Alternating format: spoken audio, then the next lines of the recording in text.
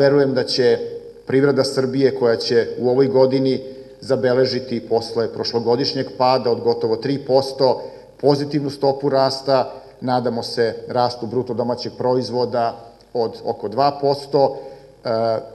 zabeležiti i u narednim godinama još više stope rasta i da će to biti praktično podsticaj za sve vas koji ste u drvno-prerađivačkom biznisu i posebno u proizvodnji nameštaja.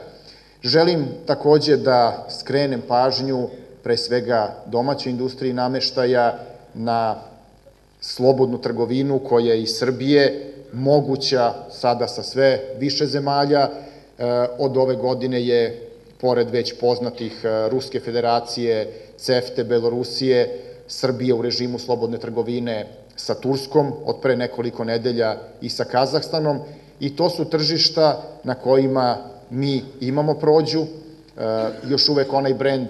rekao bih, ne samo srpskog, nego i jugoslovenskog i građevinarstva i opremanja i industrije nameštaja je pozitivan i pozivam vas da potencijale tih tržišta ispitate, pozicionirate se tamo i napravite u našoj zemlji, a voleo bih i sa partnerima iz zemalja u okruženju, članica CEFTE, onu dijagonalnu kumulaciju porekla i proizvod koji će za sva ta tržišta biti interesantan i dostupan.